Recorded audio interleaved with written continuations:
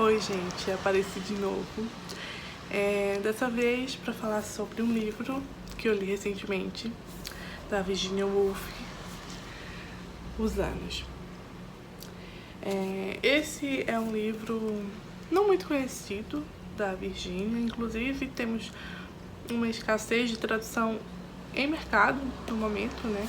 A gente só tem edições antigas que a gente consegue em sebos, enfim, ou e-book. Essa minha edição aqui, inclusive, eu achei no sebo e ela é portuguesa, uma edição portuguesa. Então, assim, essa é uma tradução, inclusive, mais recente, que é a que a gente tem, que sai pela Novo Século, do Raul Barbosa de Sá, se não me engano é esse o nome. E essa aqui é mais recente até do que a tradução dele, é feita pela Fernanda Pinto Rodrigues. Em termos de... Eu tenho lido vários romances da Virginia atualmente, mas esse aqui, por ele não ser tão conhecido e eu ter achado ele um livro muito bom, assim, muito incrível, eu achei que eu deveria trazer pra vocês. Eu espero que outras pessoas conheçam e falem, pessoas que tenham mais influência, porque realmente é um livro que merece ser lido, conhecido. Esse é um livro da maturidade da Virginia. Inclusive, ele é o penúltimo livro dela e o último que foi publicado em vida, né? Esse livro, ele é uma saga de família, né? Porém, não é aquela saga que a gente conhece épica, sabe? Como 100 Anos de Solidão, de Buddenbrook, O Som e a Fúria. Como é típico da autora, aqui a gente vai se concentrar nos pequenos acontecimentos da vida dessa família. E vamos acompanhar a passagem dos anos. O título aqui, ele é muito significativo, porque é exatamente isso, sobre isso que nós vamos ler. Os anos, a passagem desses anos na vida da família Pasteur. O começo do livro, ele é impactante e talvez ele desse essa ideia de que fosse realmente acontecer coisas grandiosas, mas ao mesmo tempo que o que está acontecendo logo no início, ele mexe bastante, dentro de uma família, é um acontecimento grande, apesar de que dentro de um país ou até de uma cidade não seja tanto às vezes. A Virginia vai colocar pra gente a perspectiva de várias pessoas da família a respeito desse acontecimento. Como é no começo, eu vou falar, não acredito que seja spoiler, mas a matriarca da família Pasteur, logo na primeira parte, porque aqui não são divididos em capítulos, tá? Aqui são divididos em datas mesmo, em anos. Então, o primeiro é 1880. E aí, a gente descobre já de cara que a matriarca, ela está moribunda, ela está à beira da morte praticamente. Porém, o que acontece? Esse estado dela, esse estado de doença, de invalidez até, ele tem se estendido por muito tempo já, né? Quando a gente entra no pensamento de alguns personagens e na conversa deles, a gente entende que tudo parou naquela casa, esperando ou uma convalescência da mãe ou o seu falecimento, né? Então, tem sentimentos ali que a gente descobre, dois personagens principalmente, que são sentimentos que não são bonitos de mostrar, mas que são muito verdadeiros. Que é o sentimento de eu preciso viver, eu preciso continuar e eu tô preso aqui nesse impasse, sabe? É lógico que a minha mãe não tem culpa de estar doente, esse é um pensamento de uma filha. É lógico que ela não tem culpa de estar doente, mas eu também não tenho, sabe? E aí é um sentimento complexo, um sentimento que não é, como eu falei, não é bonito de se expor, né? E a Virgínia consegue colocar isso com muita delicadeza, né? Tem uma tensão muito forte, inclusive, entre esses dois personagens que sentem isso em relação à mulher. Um é o pai, né? O Sr. Baxter, e uma é a filha, que é a Adélia, se não me engano é a Adélia. E aí, eles meio que sentem, em relação ao outro, que tem um sentimento parecido. E eles ficam, e ao mesmo tempo eles ficam se... A sensação que eu tive é que eles ficam se auto-julgando, assim, e julgando um ao outro, sabe?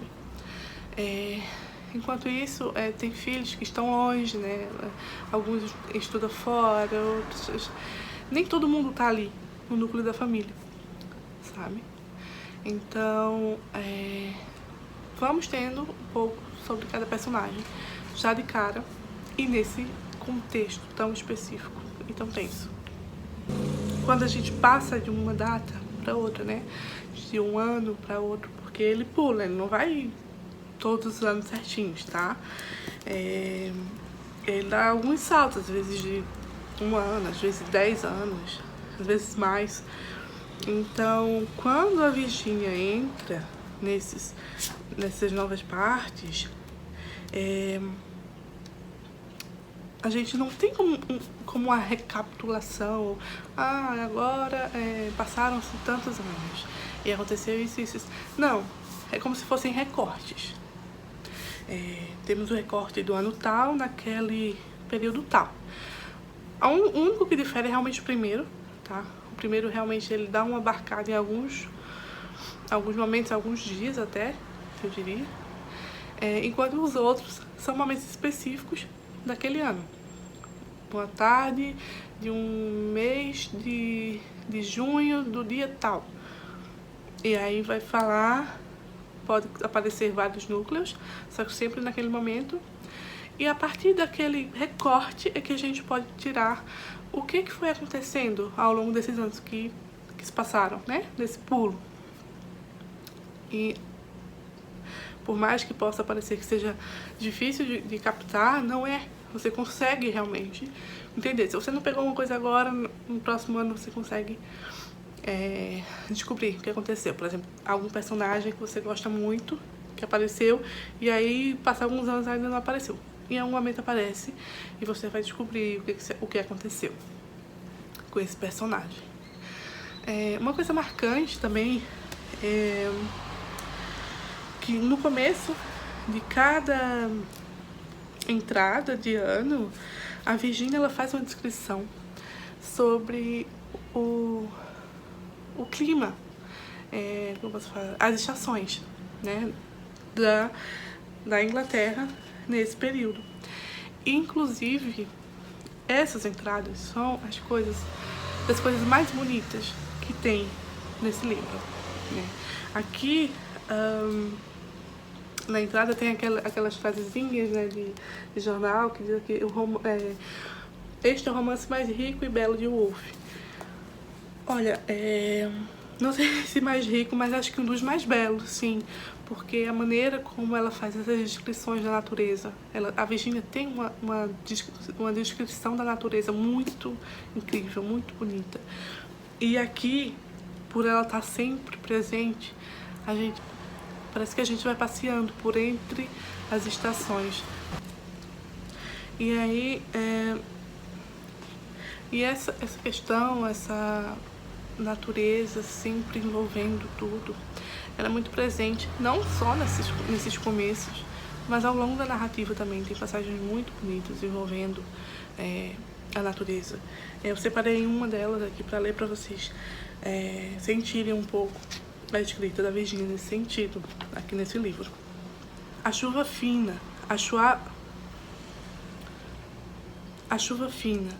suave chuva, caía imparcialmente sobre as cabeças mitradas e as cabeças descobertas, com uma imparcialidade que sugeria estar o Deus da chuva, se tal Deus existia, a pensar que ela não se restringe aos muito sábios, aos muito poderosos, mas permita que todos quanto respiram, os que mastigam e os que ruminam, os ignorantes, os infelizes, os que labutam no forno, fazendo inúmeras cópias do mesmo vaso, os que penetram em mentes esbraseadas por meio de letras contorcidas, e também Mr. Jones, do beco, partilhem a minha abundância. Então, tem essa relação, né, da natureza com os habitantes de Londres, a própria família, sempre acompanhando também essas descrições da natureza. Então é muito bonito. Aqui também a gente pode ver a questão que ela coloca da igualdade, né? Quando ela fala que é como se a chuva pensasse que cai imparcialmente sobre todas as cabeças, sabe? A chuva não escolhe quem molhar, né? O livro também está recheado dessas reflexões sociais, de livro bem diverso também, né? Como eu falei, é um livro da maturidade da Virginia, então ela tá bem desinibida aqui, né? Ela tá mais direta, né? Não tem tantos floreios para poder falar o que realmente quer. Aqui nesse livro, das personagens,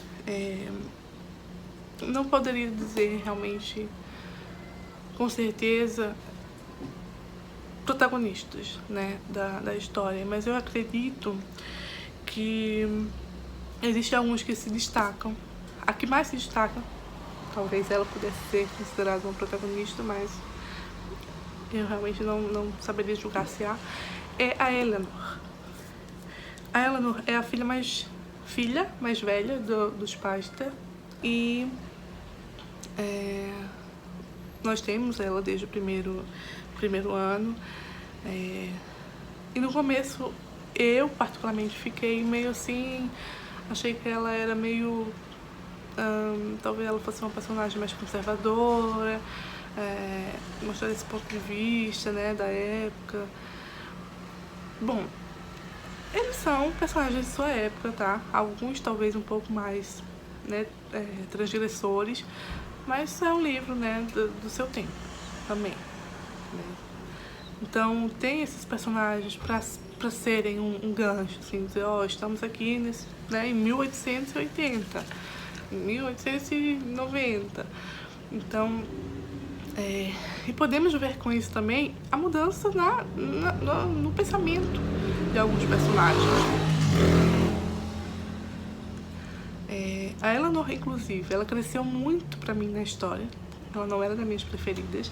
Minha preferida do livro, no começo e até um pouco depois, foi a Kitty.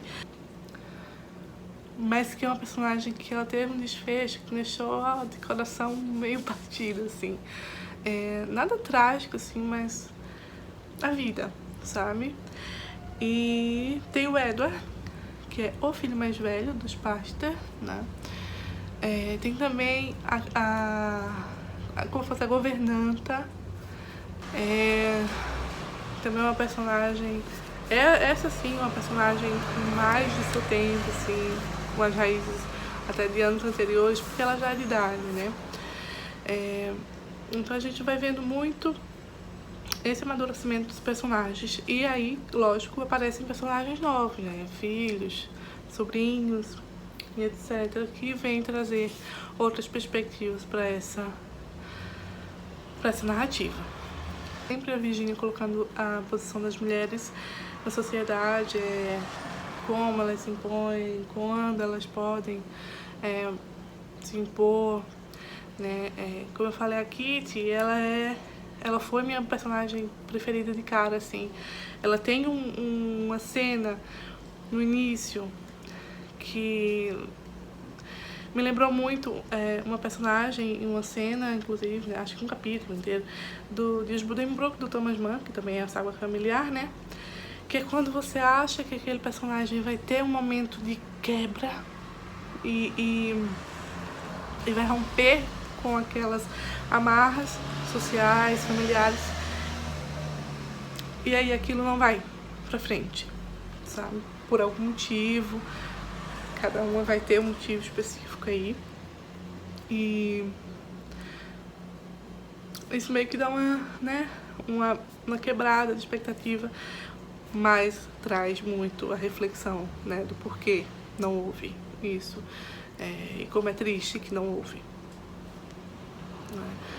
Então acontece muito isso com a Kitty, e acaba que ela, mesmo que ela não tenha seguido pelo caminho que ela queria realmente, é como se, eu entendi como se a Kitty tivesse buscado veredas, tivesse buscado alguns desvios da estrada principal para poder ser ela mesma, poder estar em paz consigo mesma. E tem uma cena específica muito bonita, mais uma vez evoca a descrição da natureza da Virgínia que eu separei para vocês aqui, que é muito bonita. É um momento que ela vai viajar e aí ela sai sozinha para caminhar. É meio que ela se isola, né, de todas as funções sociais. O personagem aqui tem muito isso, de colocar todas as funções que ela tem que cumprir, como ela tem que agir, qual o papel que ela ocupa, a imagem que ela veste, sabe? Tem muito isso, da aparência. Que é uma personagem que representa muito isso. E aí quando ela se desfaz disso tudo e vai caminhar, tem esse momento aqui, é meio momento de libertação mesmo, assim, de liberdade para ela mesma. Deixou-se cair no chão e olhou, por cima da terra encapelada que subia e descia para longe, para muito longe, até algures, num longínquo algures, chega ao mar. Maninha, desabitada, existindo por si mesma e para si mesma, sem cidades ou casas, assim parecia visto daquela altura. Cunhas escuras de sombra e largas faixas de luz lado a lado. Depois, enquanto observava, a luz e a escuridão moveram-se. Luz e sombra partiram, viajando sobre os montes e sobre os vales. Um murmúrio profundo subia-lhe nos ouvidos. A própria terra, cantando para si mesma, um coro, sozinha. Ficou ali deitada a ouvir. Estava feliz, completamente feliz. O tempo parara. Bom, e por último, o que mais me chamou a atenção nesses livros o que eu mais achei bonito nele, né, para além de tantas coisas, porque se eu tivesse que definir esse livro, eu diria um livro belo. Ele é muito belo, ele é repleto de passagens muito bonitas, tudo muito bem construído. É um deleite a leitura, sabe? E inclusive é uma leitura para se fazer muito lentamente, eu acho, porque você vai aproveitando essa beleza que ele tem. E o que eu mais achei de bonito nesse livro é como ele trata a velhice aqui, né? É lógico, se passam 50 anos aqui dentro dessa história, né? Começa no ano 1880 e vai até meados de 1930. E aí, principalmente através do personagem da Eleanor, a gente enxerga a velhice de uma maneira que geralmente na literatura ela não é colocada, né? A gente vê a velhice, é pouco inclusive, mas vemos a velhice sendo colocada na literatura de uma perspectiva de abandono, de sentimento de vida que termina, de desesperança, de saudade, nunca algo positivo, né? Ou então se coloca de algo positivo, coloca de conhecimento, bagagem, sempre remetendo ao passado. Aqui, a Eleanor, ela teve que cumprir funções ao longo de toda a vida. E por mais que isso não fosse o que ela escolheu, ela quis fazer, quis cumprir. E chega um momento na vida dela, e esse momento chega justamente na velhice, que ela está livre. Que ela pode fazer o que ela quiser. Ela não tem mais nenhuma obrigação com ninguém. Um momento muito marcante disso é quando ela vai se desfazer da mansão, né, dos Pasteur, e aí ela outras pessoas estão meio comovidas com a história, principalmente a governanta, e ela sente que ela tá aliviada, ela tá feliz, ela tá sentindo que ali é um momento de quebra para ela. Então, ela começa a viver realmente, né? É na velhice, por causa dessa liberdade que a velhice trouxe, que a Eleanor se enche de planos, de vitalidade. Lógico, com as suas restrições físicas, né? Com o corpo envelhecido. Porque o corpo realmente é algo que a gente não pode manter jovem. Mas a alma sim, e a Eleanor tem isso, né? Então ela parece ser uma flor assim, muito bonita, viçosa, sabe? No meio, parece que ela irradia essa alegria, essa juventude que ela passou, mas que agora ela pode ter. E eu penso que isso não é coisa de livro, sabe? Porque eu lembrei quantas mulheres não se sentem assim, né? Principalmente quando pensamos nas nossas mães, nas nossas avós, que passaram a vida inteira, desde que se entenderam por mocinho, né, que chamava, a ter obrigações, a cumprir papéis. E aí ficam viúvas, os filhos crescem, vão ter suas vidas. E se elas ainda têm saúde para isso, né? Até fala muito também sobre saúde aqui, né? A saúde do corpo. Elas têm liberdade. É quando elas... Não tem ninguém dizendo o que é para elas fazer, não tem ninguém demandando algo para ela fazer. Ela pode viver, né? Ou pode ser um homem, né? Também. Então ela passa essa imagem da velhice de uma maneira muito bonita, né? E até eu fico pensando, quando me perguntarem ou quando surgir alguma conversa sobre livros que tratam sobre a velhice, Os Anos é um bom livro para a gente ver a velhice retratada na literatura e de uma forma muito bonita, né? Eu acho que foi o que mais me chamou a atenção aqui nesse livro, né? E temos também, não só ela notar, eu falo dela porque realmente ela se destaca muito nisso, e ela tem um destaque, inclusive, na última passagem, que acho que é uma das maiores do último ano, encontro, é como se fosse uma reunião de família e amigos também.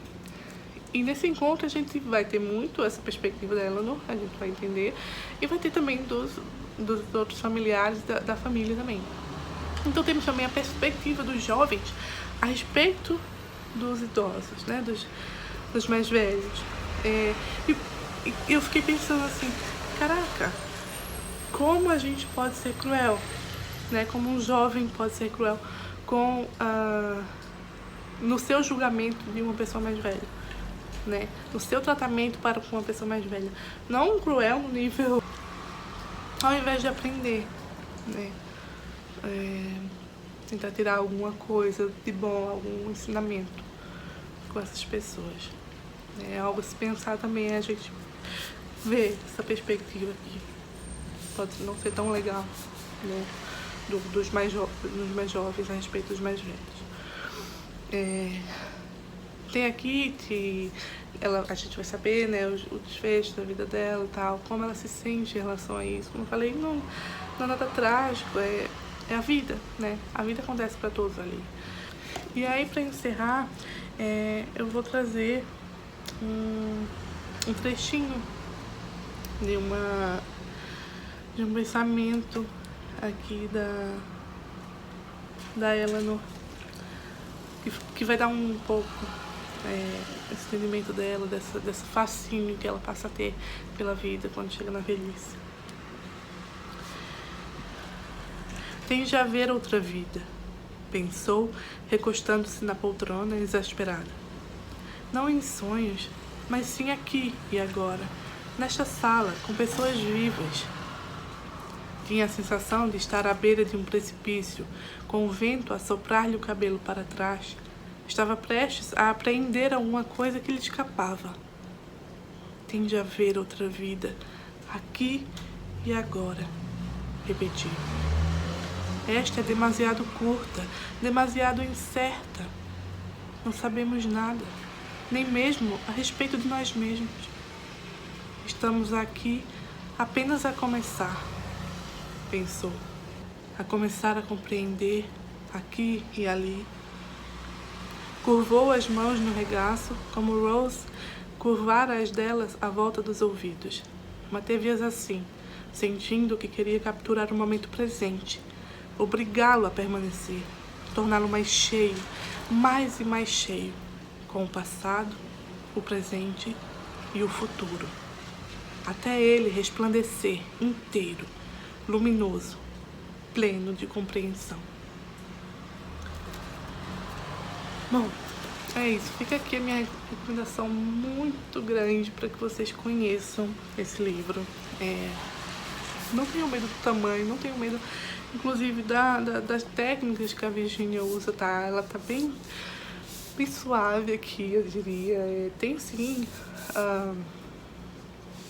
o fluxo de consciência, aquela coisa que a gente já vê na obra da Virginia, mas é bem tranquilo de ler. Digo que é uma leitura muito prazerosa, muito bela, né? E que vai trazer essas perspectivas todas que eu falei aqui pra vocês. Espero que vocês se apaixonem pelos anos assim como eu. E é isso, até a próxima, gente.